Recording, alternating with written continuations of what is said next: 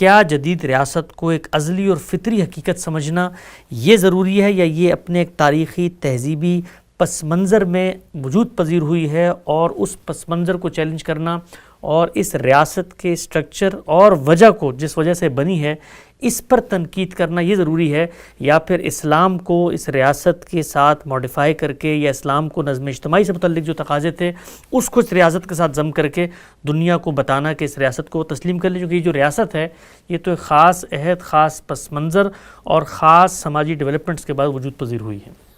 میں بارہا عرض کر چکا ہوں کہ ریاست نہ کوئی دینی حکم ہے، نہ انسانی فطرت کا کوئی غیر معمولی ظہور، یہ انسان کی ضرورتوں سے پیدا ہوئی ہے۔ انسان کو اس دنیا میں اللہ تعالیٰ نے اس طرح نہیں بھیجا کہ نہ اسے کھانے کی ضرورت، نہ پینے کی ضرورت، نہ گھر بنانے کی ضرورت، نہ اپنے ارادہ و اختیار کے استعمال کے نتیجے میں پیدا ہونے والے احوال سے نمٹنے کی ضرورت۔ ٹھیک، وہ انہی سب ضرورتوں کے مابین پیدا ہوتا ہے۔ چنانچہ اس کو پیدا ہونے کے بعد یہ فیصلہ کرنا ہوتا ہے کہ کھائے گا کہاں سے، پیے گا کہاں سے، اپنی حفاظت کا کیا اہتمام کرے گا، اس کو اگر ایک جگہ رہنا ہے تو کس طرح رہنا ہے، اور نہیں رہنا تو خانہ بدوشی کی زندگی کے کیا لوازم ہیں۔ یہ وہ ضرورتیں ہیں جو انسان کو پیدا ہوتے ہی پیش آ جاتی ہیں۔ ٹھیک، بلکہ انسان تو اتنا محتاج پیدا ہوا ہے کہ وہ ایک ماں باپ کی آغوش کے بغیر اپنی زندگی کی ابتدا نہیں کر سکتا۔ ٹھیک، یعنی جانوروں کے بچے اگر جنگل میں پھینک دیے جائیں تو ممکن ہے اپنے آپ کو بچا لے جائیں، لیکن انسان کے ساتھ یہ معاملہ بھی نہیں ہے۔ تو جس طرح والدین اس کی ضرورت ہے، کھانا پینا اس کی ضرورت ہے، اسی طرح اپنے وجود کی حفاظت بھی اس کی ضرورت ہے۔ ٹھیک، یعنی انسان کے اندر جو سب سے بڑا جبلی تقاضا ہے وہ اگر غور کریں تو جانوروں کی سطح پر بھی موجود ہے، اور وہ کیا ہے؟ وہ ہے اپنے وجود کی حفاظت۔ یعنی میں زندہ رہنا چاہتا ہوں، میرے اندر زندگی کے لیے غیر معمولی محبت پیدا کی گئی ہے، میں اس کی قدر و قیمت کا شعور لے کر دنیا میں آتا ہوں۔ جب یہ صورتحال ہے تو میں اپنی حفاظت کا اہتمام کروں گا۔ یہ جو ہم گھر بناتے ہیں، اپنے گھر پر کواڑ لگاتے ہیں، اس میں تالے لگاتے ہیں، تو در حقیقت کہیں ہم جان کی حفاظت کر رہے ہوتے ہیں، کہیں اپنے مال کی حفاظت کر رہے ہوتے ہیں، کہیں اپنی آبرو کی حفاظت کر رہے ہوتے ہیں۔ تو انسان کی جان، مال، آبرو کو اگر خدا کی اس پیدا کی ہوئی دنیا میں کوئی خطرہ لاحق نہ ہو تو مسئلہ ختم ہو گیا۔ لیکن کیا کوئی شخص اس کا انکار کر سکتا ہے؟ یعنی یہ خطرات نہ کبھی ماضی میں ختم ہوئے، نہ حال میں ختم ہو سکے ہیں، نہ مستقبل میں ان کی کوئی توقع ہے۔ یہ جگہ جگہ سے پیش آتے ہیں۔ قدرتی آفات خطرات پیدا کرتی ہیں، ہمارے حالات اس طرح کے خطرات پیدا کرتے ہیں، اور خود انسان کے لیے خطرات پیدا کرتا ہے۔ ٹھیک، تو لوگوں کو اس نوعیت کے ظلم سے، عدوان سے بچانے کے لیے، ان کی جان، مال، آبرو کی حفاظت کے لیے آپ کو کچھ نہ کچھ اہتمام کرنا پڑتا ہے۔ تو فطری طور پر ہم تصور کر سکتے ہیں کہ کیا ہوا ہوگا۔ یعنی جب خطرات پیش آئے ہوں گے تو کوئی بچہ ہے، کوئی بوڑھا ہے، کوئی عورت ہے، تو اس میں سب سے بڑھ کر کس چیز نے اس کی حفاظت کا اہتمام کیا ہوگا؟ شباب کی طاقت نے۔ تو طاقت ہے در حقیقت جس سے اس کی یہ ضرورت پوری ہوتی ہے۔ یہ طاقت آہستہ آہستہ جب خدمت کے مقام پر کھڑی ہو جاتی ہے تو کچھ نہ کچھ اس کا معاوضہ بھی وصول کر لینا چاہتی ہے۔ تو اگر آپ غور کر کے دیکھیں تو قبیلے میں بھی یہ ضرورت ہوتی ہے کہ کوئی اس کی آنکھ کا تارا پیدا ہو، اور وہ وہی ہو سکتا ہے جو کہ طاقتور جس میں ہو، ضرب کاری کی اہلیت ہو۔ یعنی وہ دشمنوں کا مقابلہ کر سکتا ہو، حفاظت کر سکتا ہو، وہ لوگوں کو وہ چیز فراہم کر سکتا ہو جس کی چھتری تلے وہ زندگی بسر کر لے۔ تو اس سے آپ ایک نظم کا تصور پیدا ہوا ہے۔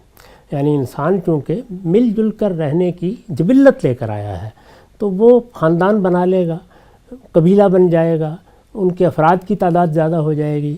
اگر وہ خانہ بدوش بھی ہیں جس سے انسان نے ابتدا کی ہے، تو خانہ بدوشی کی زندگی میں بھی کسی جگہ خیمے لگائیں گے تو وہاں حفاظت کی ضرورت پڑ جائے گی۔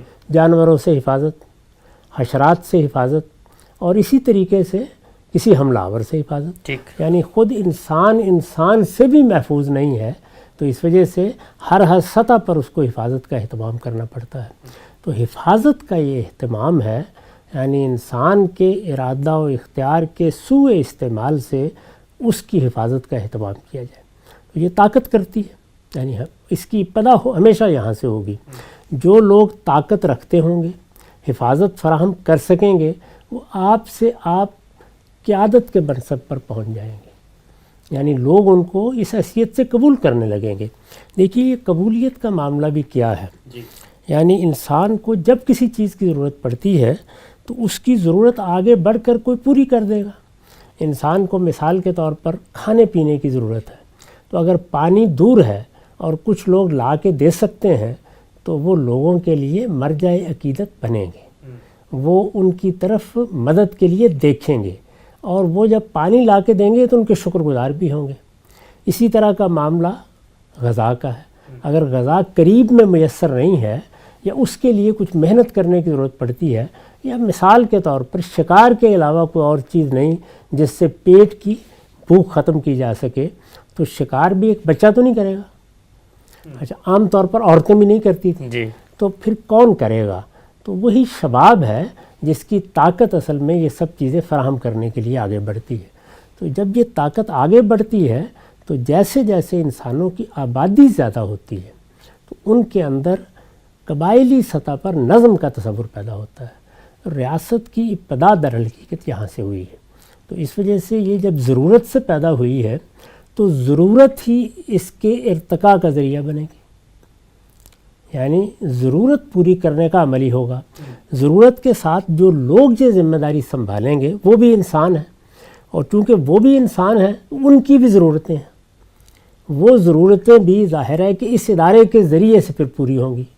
تو اس کے نتیجے میں یہ ٹیکس کا، لوگوں پر کچھ مال عائد کرنے کا، ان کو کنٹریبیوٹ کرنا ہے، وہ اپنی کمائی میں کچھ دیں گے، کچھ لوگ ان کی کمائی سے اپنی معیشت چلائیں گے. یہ سارے تصورات اصل میں باہمی ضرورتوں سے پیدا ہو جائیں گے. ٹھیک. تو جب یہ باہمی ضرورتوں سے پیدا ہو جائیں گے تو آپ کہہ سکتے ہیں کہ بہت ابتدائی سطح پر ریاست وجود پذیر ہونے لگ جائے گی. اس طرح کی جو چیز بھی دنیا میں وجود پذیر ہوتی ہے، ذرا ایک نگاہ ڈال کے دیکھ لیجئے، کیا انسان وہی چیزیں کھا رہا ہے جو اس نے ابتدا میں کھائی تھی؟ کیا وہی مشروب پی رہا ہے جو اس نے ابتدا میں پیا تھا؟ تو انسان کے اندر اللہ تعالیٰ نے بڑا تنوع رکھا ہے، قوت ایجاد رکھی ہے. وہ نئی سے نئی چیزیں پیدا کرتا ہے. پھر یہ کہ اس کے پاس حصے جمالیات بھی ہے، وہ ان کو سنوارنا اور بنانا شروع کر دیتا ہے، ان کی تزئین شروع کر دیتا ہے. تو اس طرح وہ لوگ جن کی ضرورتوں سے ریاست وجود میں آئی، وہ لوگ جنہوں نے اس کی ضرورت پوری کی اور اب ان کی ضرورتیں اس سے متعلق ہو گئی ہیں، تو ان دونوں ضرورتوں نے مل کر وہ سب کچھ بنا دیا ہے جس کو ہم پھر ریاست کہتے ہیں. یعنی ریاست کا لفظ جب ابتدا میں بولا گیا ہے، یا سلطنت کہہ لیجئے، تو اس کا اطلاق اصل میں انسان کے اس عمل پر ہوا ہے. موجودہ زمانے میں اس میں کوئی شبہ نہیں ہے کہ انسان نے اسی طریقے سے اس کو ترقی کے منتہا تک پہنچانے کی صحیح کی ہے. ترقی یعنی جو ضرورتیں ہیں ان کو بدرجائے عتم پورا کیا جائے، خواہ وہ ضرورتیں فرد کی ہیں، خواہ فرد کے اجتماعی وجود کی ہیں، اور خواہ ان لوگوں کی ہیں جو اس نظم کو چلانے کے لیے اٹھیں. ٹھیک. تو یہ ساری ضرورتیں ہیں جن کو جب بدرجائے عتم پورا کرنے کی کوشش کی جاتی ہے تو اس میں انسان کی پوری شخصیت کا بھی ظہور ہونا شروع ہو جاتا ہے. وہ جس طرح ایک کانڑیوں کے بنے ہوئے گھر پر کانے نہیں رہا تو گھر میں کیا کیا تزئین کے پہلو پیدا کر دیتا ہے. ٹھیک. وہ جس طریقے سے پرانے خانہ بدوشی کے خیموں میں بنے ہوئے شہر پر کانے نہیں رہا، اس نے محلات بنا دیے، قصور بنا دیے، موجودہ زمانے میں سڑکیں بنا دیں، پل بنا دیے، اور معلوم نہیں کن کن جگہوں تک پہنچ گیا ہے. مواصلات کے ذرائع پیدا کر دیے. اب ظاہر بات ہے کہ اگر انسان کو ایک جگہ سے دوسری جگہ جانے کی ضرورت نہیں ہے، وہ آپ کی یہی بات مان لے کہ اپنے گاؤں میں چل پھر لیا کرو، لیکن وہ نہیں مانتا. جب وہ نہیں مانتا تو اس کا مطلب اس کے باطن میں کچھ ضرورتیں وہ ہیں جو اس کے بقا کے لیے اس کو لاحق ہوتی ہیں.